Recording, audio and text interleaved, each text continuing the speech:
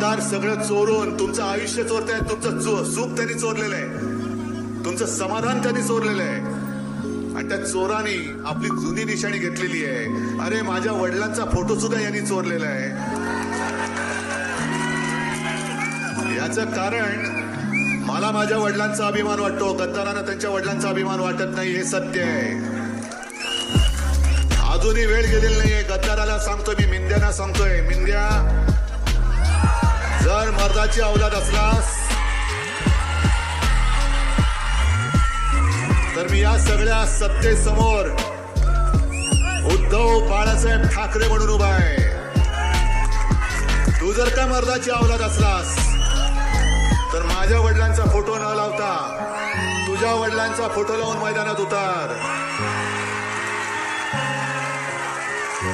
आणि मग शिवसेना कोणाची हे जनतेला ठरवू द्या.